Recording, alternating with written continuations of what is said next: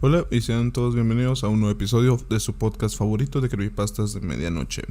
Antes de comenzar, quisiera decirles a todos ustedes que gracias por sintonizarnos una vez más. El día de hoy traigo una creepypasta bastante buena, que de verdad me gustó muchísimo y quisiera compartirles a todos ustedes. Yo creo que no hay nada más que agregar, salvo que gracias por la paciencia que me han tenido estos días. Y pues ya saben, ya literalmente es siempre los mismos motivos por los que yo nunca subo tantos videos. Ni actualizo constantemente, pero pues gracias por la paciencia que siempre me tienen.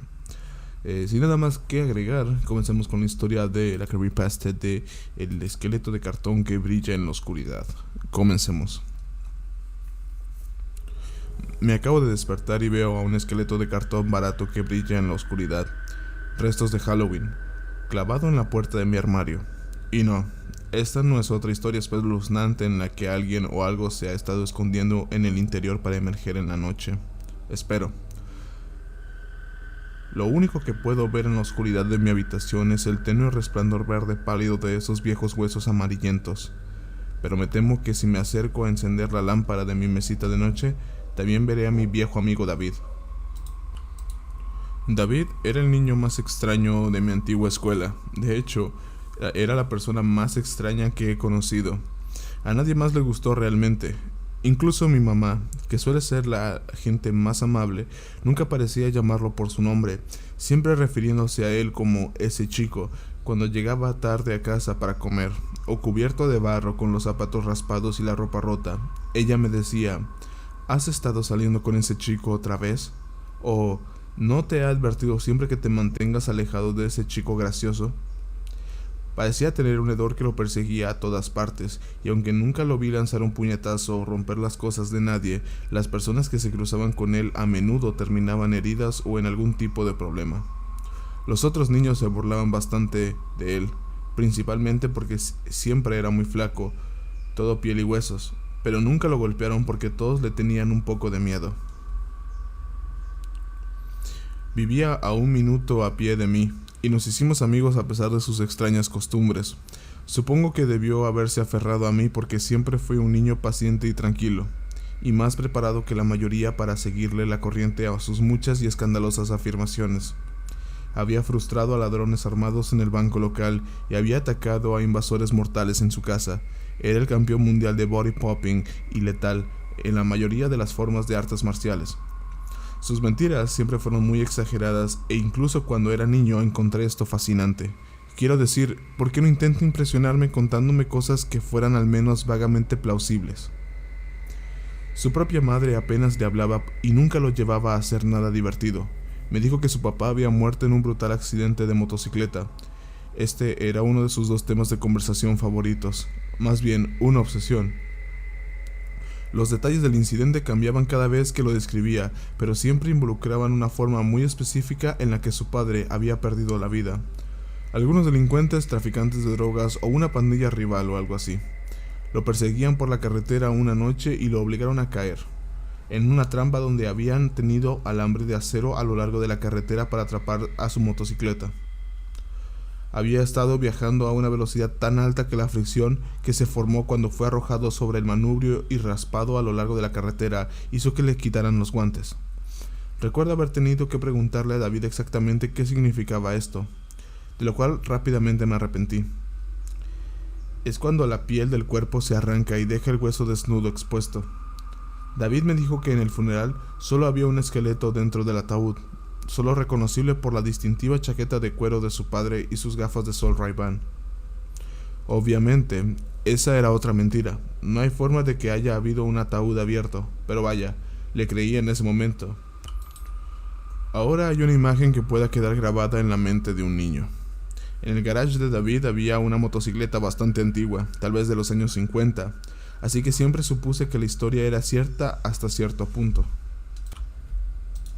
David siempre estaba tratando de reparar la motocicleta, lo que principalmente implicaba que cubriera cada centímetro de ella con ridículas pegatinas que mostraban brillantes águilas calvas con gafas de aviador y soldados esqueléticos con chaquetas militares, con lemas como «muerte antes que deshonra». A veces decía, al aplicar estas calcomanías, que un día iba a cazar a los tipos que mataron a su padre y hacerlos morir a todos de la misma manera que lo hizo su padre. David rara vez decía la verdad sobre algo, pero sus mentiras alcanzaron nuevos picos cuando se trataba de su padre.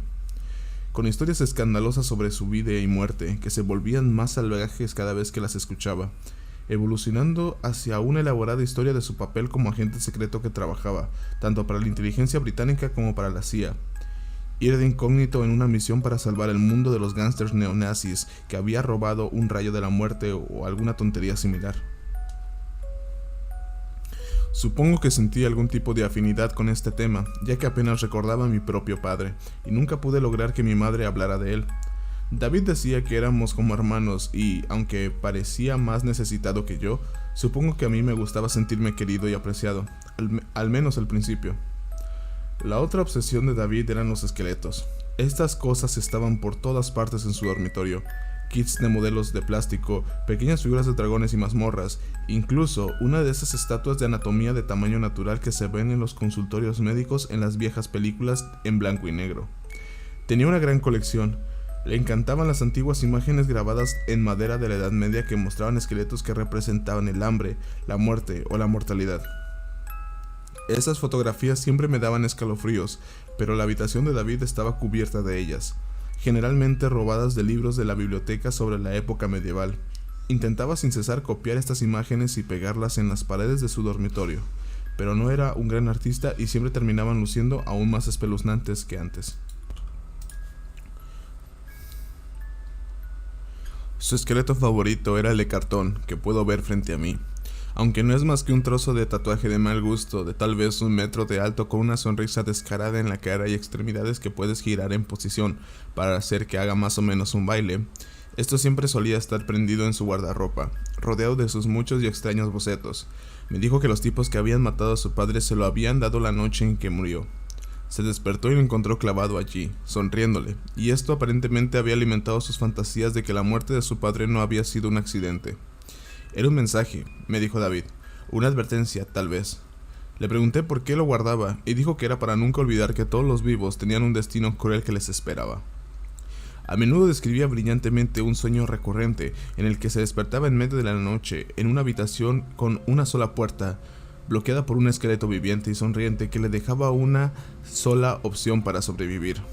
David tuvo que coger el bisturí afilado como una navaja de encima de la cómoda junto a su cama, regalo del loco, y hacer un uso drástico de ella para colarse por la única otra salida, que era una pequeña ventana, de apenas 1 pie de ancho, para emerger al otro lado, nacido de nuevo completamente libre de miedo. Traté de ver algo positivo en su obsesión por los huesos humanos y, a veces, le sugerí que debería estudiar para ser cirujano cuando fuera mayor, pero su respuesta generalmente era algo así como: quiero ayudar a los necesitados, no lastimarlos. A ellos. Los cirujanos pierden el tiempo cosiendo piel y vendando heridas. ¿Por qué dejaría que la gente sufriera tanto dentro de su piel? Este era un tema recurrente con David. Tenía la loca idea de que los seres vivos estarían de alguna manera mejor si nos despojáramos de nuestra propia piel, y se quejaba del calor que sentía, atrapado dentro de una asfixiante jaula de carne. Como dije, era un niño raro, se jactaba de realizar experimentos secretos. Les ahorraré los detalles, pero básicamente afirmó que estaba aflojando la cara para poder despegarla y mostrar su verdadero yo debajo. Probablemente te estarás preguntando por qué no huí 1 kilómetro de ese canalla. Al final, comencé a distanciarme. Soy un buen tipo, pero me gusta pensar que no soy un estúpido. Empecé a poner excusas cada vez más, que me invitaba a su casa y me propuse a no sentarme cerca de él en clases, aunque no podía evitarlo por completo. Siempre me encontraba en la cafetería y hacía un gran plan para arruinarme el almuerzo. Mi mamá y yo nos mudamos de ese pueblo cuando yo tenía 10 años, sin mucho aviso, y sinceramente sentí un gran alivio al dejar atrás a David. Hubo incidentes poco antes de que nos fuéramos, que realmente cimentaron la creencia en mi mente de que este tipo era quizás más que un poco raro. Tal vez era potencialmente peligroso. Me invitó a una pijamada en su casa y me dijo que sería una gran oportunidad para tomar algunas medidas y dar mis primeros pasos para deshacerme de mi carne caliente y pesada, como él dijo. Lo dijo de un modo completamente alegre y amigable, como si estuviera proponiendo una actividad de pijamada perfectamente normal. Por supuesto, inventé alguna excusa acerca de que mi mamá no me permitía dormir en su casa, lo cual probablemente sería cierto.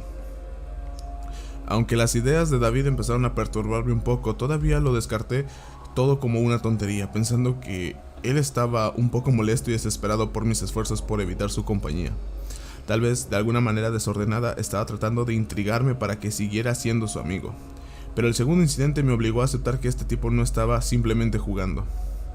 Una noche, unos días antes de que nos mudáramos, me desperté de una terrible pesadilla sobre David y grité a gritos cuando vi ese distintivo esqueleto que brillaba en la oscuridad sonriéndome a solo unos metros de distancia, grabado con cinta adhesiva al armario de mi dormitorio. Vivíamos en un bungalow y yo siempre dejaba abierta la ventana de mi dormitorio por la noche pensando que era demasiado pequeña para que alguien pudiera entrar, pero supongo que David debió haberlo logrado. Para entonces todavía era un niño muy delgado, aunque incluso para él debía haber sido un ajuste muy estrecho. Mi mamá entró corriendo, pero no le dije por qué estaba tan asustado, pensando que podría meterme en problemas por permitir que David se colara en nuestra casa mientras dormíamos. Después de eso dejé de dejar la ventana abierta por la noche. De hecho, se convirtió en mi regla número 1 de la vida. Devolví el esqueleto la mañana siguiente, más que un poco enojado, pero en ese momento le tenía tanto miedo al tipo que en lugar de decirle la cruel broma que me había jugado, simplemente fingí que disfrutaba la broma y le pregunté por qué lo hizo. Él actuó todo sorprendido, jurando que nunca había entrado a mi habitación esa noche, pero no discutí, simplemente puse mis excusas y me fui. Mientras caminaba por la calle con la intención de no volver nunca más, noté que David me miraba desde la ventana de su dormitorio con una expresión extraña en su rostro que no me gustó. Parecía agotado y apático, y tal vez un poco asustado. Así que nos fuimos a una nueva casa en el pueblo vecino y asistí a una escuela secundaria diferente a la de David. De hecho, ni siquiera volví a verlo. Ni siquiera sé cómo lucía hoy en día. Un par de años más tarde descubrí por alguien que había conocido a algunos familiares de David que su padre no murió en un accidente de motocicleta. De hecho, no murió en absoluto, sino que se fue de casa, simplemente porque no le agradaba la madre de David, ni David. Lo que me hizo preguntarme, ¿de dónde diablos sacó este chico su obsesión con que la gente pierda la piel? Sin embargo, no nos mudamos muy lejos, solo unos pocos kilómetros, y aunque nunca me lo encontré, mi mamá a veces me decía que lo veía merodeando por las calles y él siempre preguntaba cómo estaba. Una vez más, ella siempre se refería a él como ese niño y decía que deseaba que lo hubiéramos dejado atrás cuando dejamos nuestro antiguo hogar. Siempre me pareció muy extraño lo incómoda que ella parecía sentirse. Después de todo, él era solo un niño pequeño y delgado que no tenía ninguna posibilidad en ningún tipo de pelea. Empecé a sospechar que tal vez mi mamá sabía cosas sobre David que guardaba bajo su sombrero. Escuché historias de amigos que todavía vivían en el antiguo vecindario de que algunas mascotas habían desaparecido y luego fueron encontradas en un estado muy espantoso, pero nadie me contó todos los detalles. Solo que se sospechaba que David estaba involucrado. Y hubo un accidente en el que David había sido acusado de sacar un cuchillo de algún tipo a un matón de la escuela y amenazar con cortarlo en pedazos, pero no hubo pruebas reales, aunque David fue impresionado para que encontrara una nueva escuela de todos modos. Con el tiempo, empezó a desaparecer de mi mente, mientras lo racionalizaba como si fuera simplemente otro niño raro que le cortaba a la gente historias estúpidas para llamar la atención o tener algún tipo de impacto en sus vidas. A veces solía tener sueños inquietantes sobre esqueletos marchando por las calles y reclutando gente para su ejército desencarnado. Pero todo el mundo tiene pesadillas a veces, ¿no? Sinceramente pensé que David crecería para sorprender a todos y convertirse en un médico de fama mundial, o tal vez un cirujano plástico que trabajaría en Beverly Hills. Pero cuando tenía 14 años, encontré cierta decoración de Halloween pegada con cinta adhesiva a mi casillero de la escuela, y tuve un ataque de nervios. Pasé unas 8 semanas en una sala psiquiátrica en mi hospital local, donde me sentí más feliz de lo que había sido en mucho tiempo. Supongo que esto se debía a las confiables rutinas diarias allí, la estabilidad y la seguridad. Mi mamá me visitaba casi todos los días y, aunque nunca fui un niño muy popular, tuve la suerte de haber hecho 3 o 4 buenos amigos que también venían a verme con frecuencia, generalmente los fines de semana. Hicieron bromas acerca de que yo estaba en la granja divertida y recibía tratamiento de shock, lo cual suena cruel, pero sabía que eran buenos tipos y que todo tenía un sentido del humor bastante estúpido y de mal gusto. Si nuestros roles hubieran sido invertidos, habría estado haciendo las mismas bromas sarcásticas. Solíamos explorar la sala, y aunque se suponía que los visitantes no debían hacerlo, y mis compañeros intentaban engañar a los otros pacientes haciéndoles creer que no eran visitantes sino psiquiatras consultores, lo que obviamente nunca funcionó. Había una niña en mi barrio llamada Susan, que era un par de años mayor que yo, y tenía un verdadero problema de manejo de ira. Ella era todo lo que yo no era: inteligente, ingeniosa, dura y rebelde. Supongo que ella fue mi primer verdadero amor platónico y siempre fui amable con ella.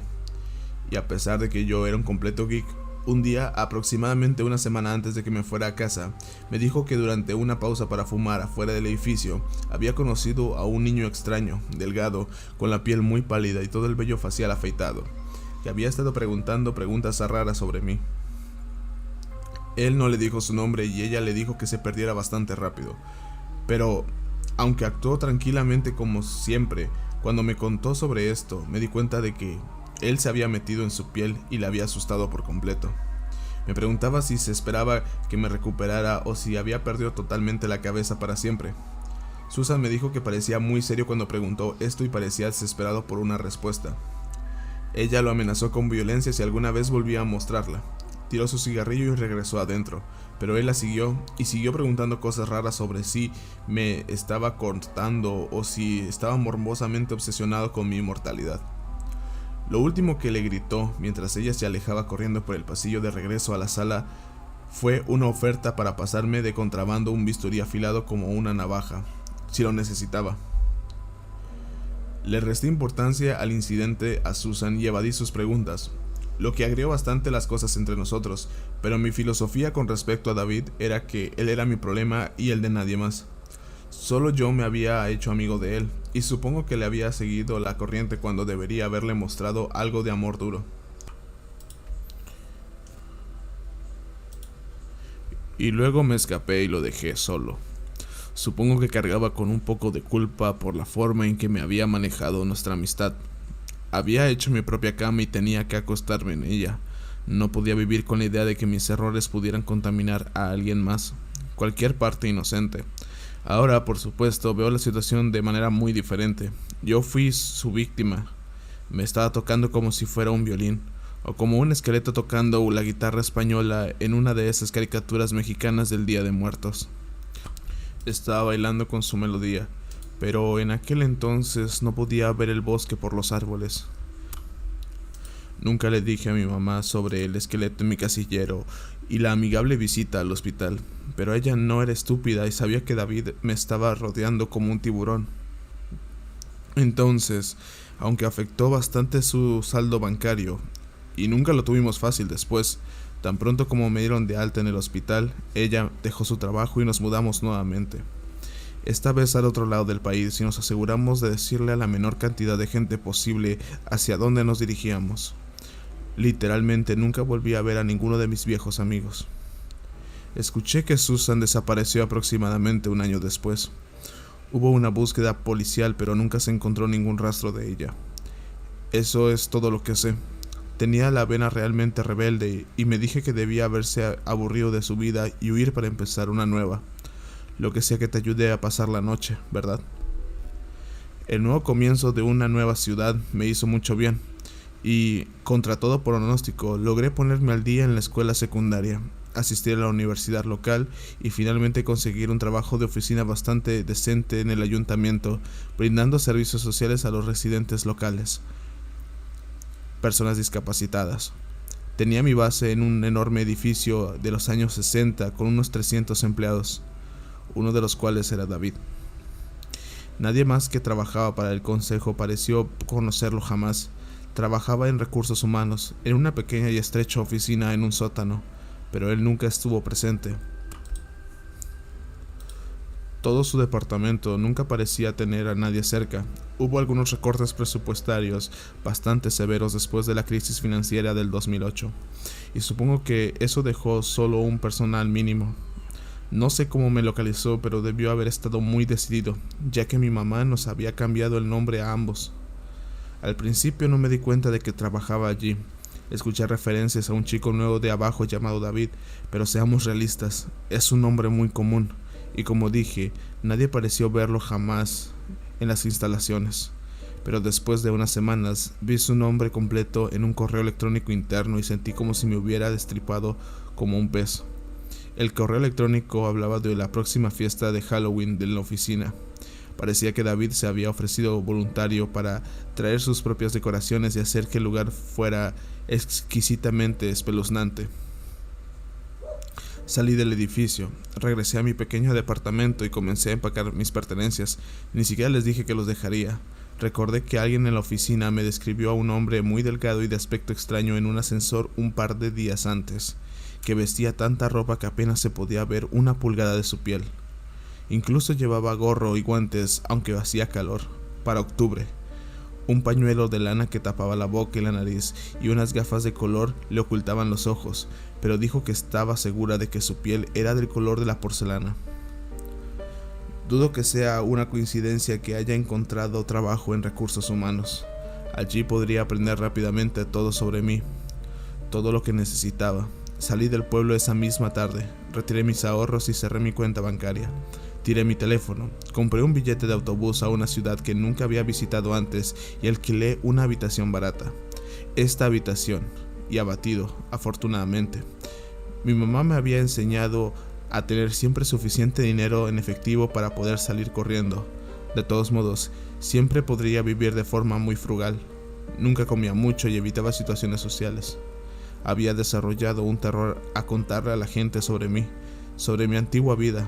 Apenas he salido de esta habitación en meses. Hoy leí una historia en el periódico sobre un accidente de motocicleta realmente horrible que tuvo lugar no muy lejos de donde crecí. El hombre involucrado era de mediana edad. Reconocí su apellido.